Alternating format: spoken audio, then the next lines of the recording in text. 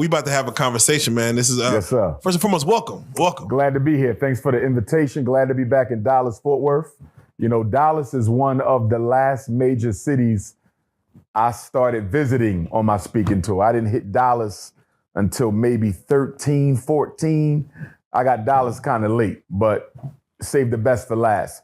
I got Houston even later than Dallas, but I get a lot of love here. I spoke here for Kwanzaa last December. And I was here about 2 months ago for a Black Economics Conference at one of your major hotels, and here I am now. Black Power, glad to be with you. Thank you so much. Now, with that being said, the world knows you. You know, I remember that movie, I'm Gonna Get You Sucker, with Clarence Williams III, where he was Black Power. Yes, sir.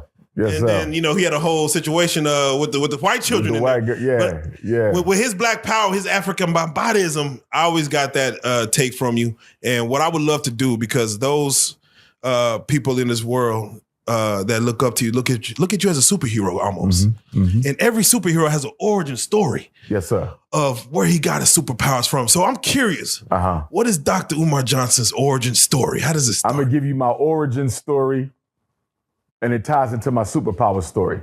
So my origin story is, although born and raised North Philadelphia, Bill Cosby neighborhood, Meek Mill lived right across the street from us. Okay.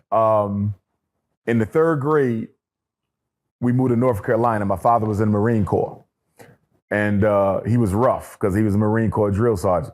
But I didn't have an older brother to speak to because I'm the oldest of 5 sons.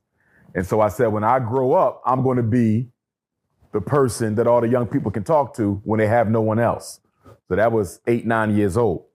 My parents divorced. We get back to North Philadelphia. The elementary school that I attended, it just so happened they had a Black history class. It wasn't mandatory for the entire city. Our principal, that white principal, that Black assistant principal, that Black teacher made it happen. So 4th and 5th grade was Black history class. That was my introduction into Black consciousness. And it was my introduction into public speaking, because there was a Black History Month oratorical contest. I entered that. I won first place both years, and I never shut up since. Now, a few blocks away from my elementary school is the international headquarters of the UNIAACL. This is the organization built by the Most Honorable Marcus Messiah Garvey, largest Black organization in modern history that gave us the red, black, and green flag. So the school is here. The Garvey movement is here. So you could argue that my steps were already numbered from childhood. I just had to walk them. Now, my mother bought my tennis shoes at the Jewish sneaker store right next to the Garvey building. I never knew it was the Garvey building for 12 years until I graduated from undergrad, college. So I'm going to get some sneakers, just graduated from college, and I see this big picture of Marcus Garvey in the window. I said, why is there a picture of Garvey next to the white man's sneaker store? And then the elder came around the corner, Baba Johnny Gossa. He's an ancestor now. Rest in peace. He said, can I help you? I said, why this Garvey picture here? What's going on here? He said, this is the UNIA. Come back Sunday at 3 o'clock. Came back Sunday at 3 o'clock. It's been 25 years later. I never left. Wow. Now, Amazing. Let me give you the superhero story. Let's but go. Let me take you to how I became the Prince of Pan-Africanism. Let's go.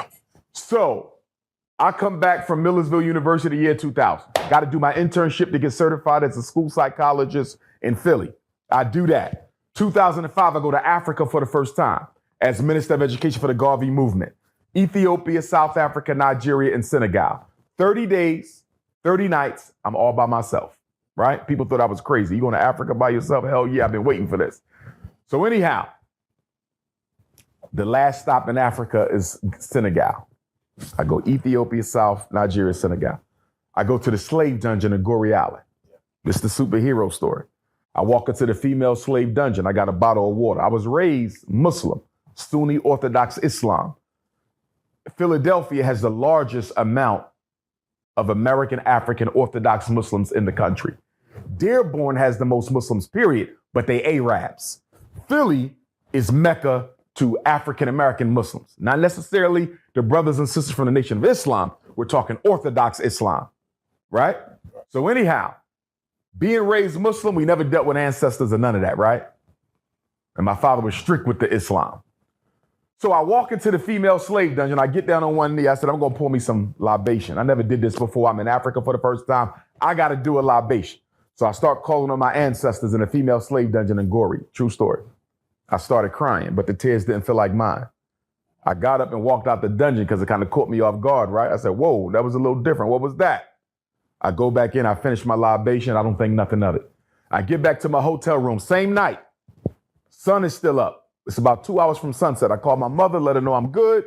I go back to my hotel room. I don't have a roommate. I sit down on my bed. Sun's still up. All of a sudden, I start hearing chains, whips, people crying, screaming, animals. My room starts spinning. Mind you, I'm wide awake. This is not a dream. I don't smoke. I'm not high. I'm a psychologist. I'm clearly awake. I thought it was going to stop. Now the sundown, right? It's still going on. I'm scared to get up and walk out. Something might grab me. So then all of a sudden, something starts tapping me in my third eye like this, real hard, but not hard enough to hurt me, but the power that I'm showing you here, right? But there's nobody in the room with me, but there's a finger tapping my third eye. Now I know it was opening up my third eye so I could receive the wisdom from my ancestors. I know that now. I didn't know that then, because back then I'm thinking like a Muslim. I'm not knowing nothing about no African consciousness. So then I try to go to sleep. I said, let me sleep this off because I'm too scared to do anything else. I felt two hands roll me over to the other side of the bed. Now, mind you, I'm almost 300 pounds. Roll me back to the other side of the bed. Roll me back. I'm like, oh, shit. Did I bring a demon back? So, I'm thinking in my paranormal activity mind, right? So at about 4 o'clock in the morning, I figured it out. I said, this is the ancestors. I just knew it. So I asked them, could y'all let me sleep now? Because I'm scared. Y'all been with me for like 7-8 hours. I need to sleep. So they left. The next day, I walk out through the village, and we are in a rural section of Senegal. So it's like calves and donkeys and chickens walking all around, right? So I'm talking to the Senegalese brothers, telling them what happened last night. They said, don't worry about that. A lot of you American Africans, when y'all come home, y'all have that experience because it's your ancestors tapping back into you. So when I get back to Philadelphia, this is the summer 2005, I resign from the school district of Philadelphia. I take on an assistant principal job. And I start experiencing coincidences like crazy. Somebody will, phone ring, I know who it is. Somebody looking for something, I got it in my hand. I think of somebody, I see him tomorrow. Like bing, bing, bing, bing. Coincidences like crazy. Where I'm like, oh shit, what happened over there? So then I finally go to the Oyotunji African village in South Carolina. I get an African spiritual divination, Yoruba style, right? From the Yoruba. And that's when the Babalawo, rest in peace, Chief Olaitan, he's an ancestor now. He left about 2 years ago. He told me your ancestors were throwing you a welcome home party. He said, you didn't go to Africa for Garvey. You thought you went to Africa for Garvey, but your ancestors set that whole thing up to bring you back. That was 2005. 5 years later, I get a phone call from a Hebrew Israelite brother, Brother Dawa, Chicago. He's an ancestor now too.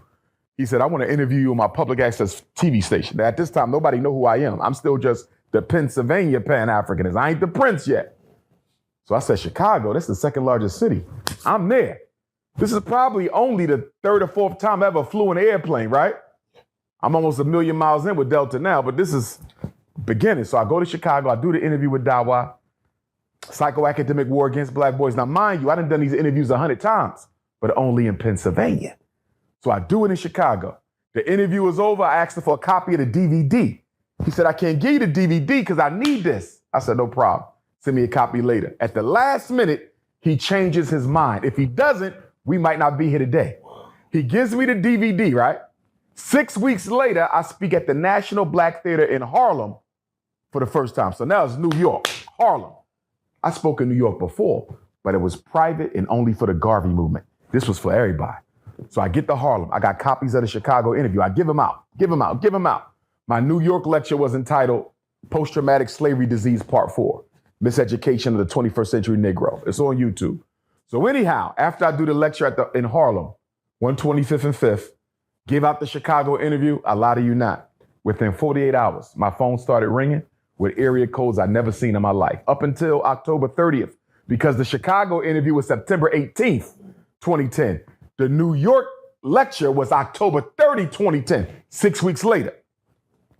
Prior to that, the only area codes I saw on my phone was Pennsylvania, 610-215-484, right? Mm-hmm. Within 48 hours after Harlem, bro, after giving out that Chicago interview in Harlem, my phone started ringing. It ain't stopped in 14 years. I started seeing area codes I never saw. First, it was America, right? My first call to come to Dallas came right after that. Like, yo, we want you to Doc Bookstore. That's you real. Feel me? That's the first place I came in Dallas. And then California came. Then there was Texas and Alabama and Mississippi. And it was crazy. Now, mind you, at the time, I'm a whole school psychologist, but people keep calling on me to come speak. I'm like, shit, I got to test these kids, do these evaluations. I got IQ tests, achievement tests, emotional assessment. I had to make a decision. You either got to pull back on your public speaking and keep doing your professional work, or pull back on the professional work to travel. Now, mind you, being a psychologist, you get paid good money. Come on. I gave the money up for the movement. Come on. You feel me? And I don't regret it because of the lives that I've changed in the process. You know what I'm saying? Exactly. But here's the point I want to make. When those ancestors came to me in Goree Island in Senegal in 2005, I believe that is what set up what happened in 2010 with Chicago and Harlem. Oh, yeah. In other words, what I'm doing right now was birthed in that slave dungeon in West Africa.